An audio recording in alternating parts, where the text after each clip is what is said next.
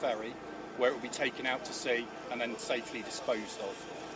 We're asking a lot of the public, and we have done over the last few days, so we'd like to thank them for their continued support, and we just ask that they sort of help us through with this, hopefully the final phase of this operation.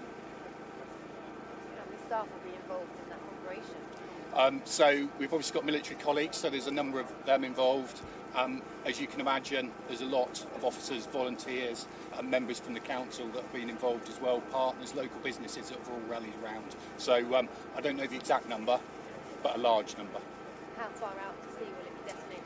I'm afraid that's not something that I'm able to answer. That's military colleagues. All I know is it will go beyond the breakwater. Will people be forced to leave their homes? It's, as has been the way throughout this, we've not forced anyone to leave their homes. All we can do is urge them to and offer them the best possible advice that we can. How dangerous is this operation? There's obviously an element of risk. It's been assessed by the Army, who have deemed this is the lowest risk. How many homes will be affected by this? How many people? I don't know the exact number if I'm honest. Obviously it's a fairly fast moving picture, so the rolling cordon, I can't give you an exact answer. I know the existing cordon is 1,200 homes. It is a rolling cordon? Yes. No, sorry, it's going to be a static cordon, but it's a new cordon that we set up. And what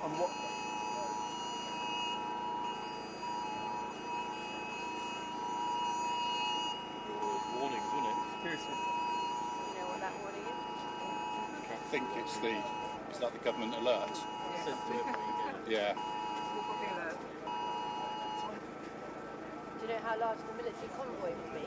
I don't know, I'm afraid. No, sorry. And just give us an idea of the timings again. How So does it work? we're asking people to be out of their addresses by 2 o'clock and not to consider returning until 5 o'clock. So the route is, the maps are on the local authority website. There's been lots of information that's gone out through all social media, obviously media channels, etc. In the area to inform people as best we can. Why can't people return to their homes once the convoy's gone past? We're following the advice that we've been given by the military, so I think we would rather err on the side of caution, understandably. And roughly how long is the route? I don't know the distance, but I think they envisage it will take about 20 minutes. How will that impact on general transport, like trains and ferries? So my understanding is that the main train line does pass through that cordon, so obviously the relevant networks have been advised, so there will be some disruption. Bus routes have been detours, etc.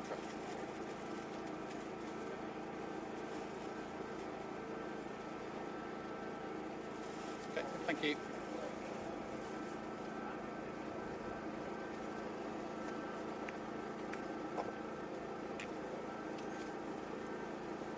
It's a bit closer, please, mate. Thank you. My name is Councillor Sally Hayden, and I'm the Cabinet Member for Community Safety, Libraries and Bereavement Services. Tell us what can you tell us as an update today? So, as far as an update, is obviously you've already heard from the police point of view. So what I would be saying is, so far I would like to thank absolutely everybody who's been affected in the Keyham area, and also all our partners. They've done a fantastic job. Very proud to be Plymouth, let's say that, we've all come together. But what I would say, if you are now affected with that new zone that's been put out, if you could leave your properties like you've been advised by the police from 1:30 and not to go back until 5, that would be brilliant. Stay with family and friends as well. If you don't have family and friends, then please come to the Life Centre where we can accommodate you. Is there any other helpline that people can call? Yes, so we have our website, has absolutely loads of information on it as well. And if you haven't got internet access, then obviously ring the council. But all the information, all the frequent questions that might be needed is all on our website. How many people do you think this will affect? We don't exactly have that figure at the moment. Will the initial cordon be brought down? At the moment, we're just keeping to what we've been given as far as from the police and the military. So this is the biggest peacetime evacuation that's taking place here? It's been absolutely massive. But you know, with everyone coming together, you know, with the military, the police, and all the other partners, you know, the best thing is we're keeping people safe, and we need to listen to our experts, and that's how we will keep people safe. What's the feeling on the ground? How tense is it? So I've been in the Life Centre the last couple of days, and prior to that I've been in the Beacon, and I've been speaking to residents, and I have to say, you know, as much as they're very anxious, they're very comfortable that they've been able to have accommodation. You know, their pets have been looked after, they've had hot meals and hot water, you know, or hot drinks, and things like that. And any toiletries, you know, those things that you desperately need at a time like this is all being offered. You know, we've been able to put creches up, we've had quiet rooms, we've had everything at hand, and that's a thanks to everybody joining together to help everyone. So you're saying all the houses will be knocked on in that important safety? I'm not aware if they're being knocked on. You've probably just heard there's been an alert. We're using as much social media, and thanks to you guys are actually helping people as well to be notified at this moment. There could be some people who've been on the night shift who could be asleep in their houses. They could be, but I'm sure that will be dealt with through the police. Can I ask, are you happy about this alert going out? Because, you know, we're all suddenly, at once, we've all got this alert. Are you happy that at least it seems to be working? Yes, I'm very pleased that the alert's gone out. That means it's going out, and it also means that we're keeping everybody safe.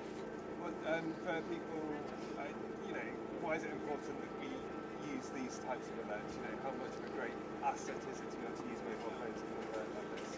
And I think, you know, if you look at now in today's society, a lot of people do have social media, they have mobile phones, and you know, this is the best way to try and, you know, get that message out to people. We need to do it quick and fast, don't we? And great, it's a great way.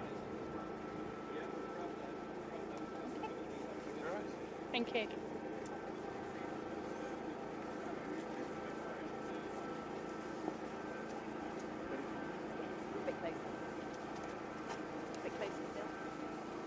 Tell us who you are first. I'm Giles Perrott, I'm the Assistant Chief Executive at Plymouth City Council. What can you tell us today? Well, today is as a result of an enormous amount of planning. You won't be surprised to hear that officers and partners have been working around the clock since this incident started to come up with the best and safest solution to deal with this device. And we're all both excited and still planning for carrying out a successful operation today. How huge is this? It's one of the larger operations. You'll be aware, particularly in this part of Plymouth, that we've had to deal with some really serious incidents in the past.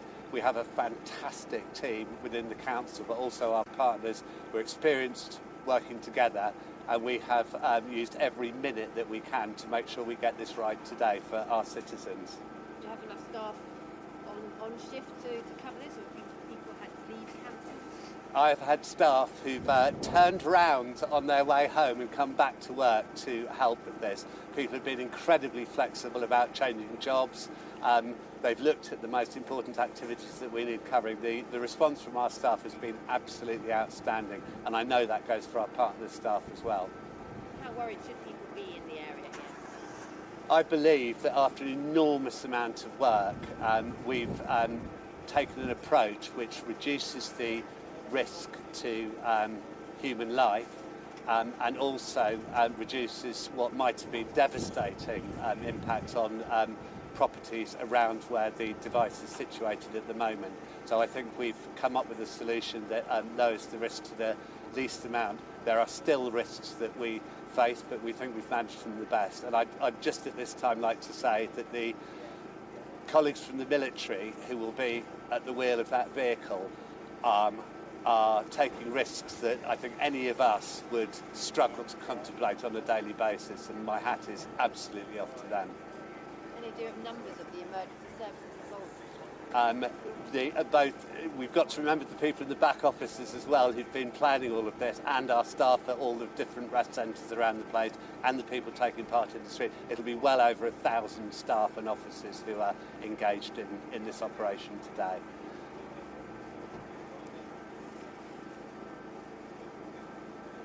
Anything else you'd like to add?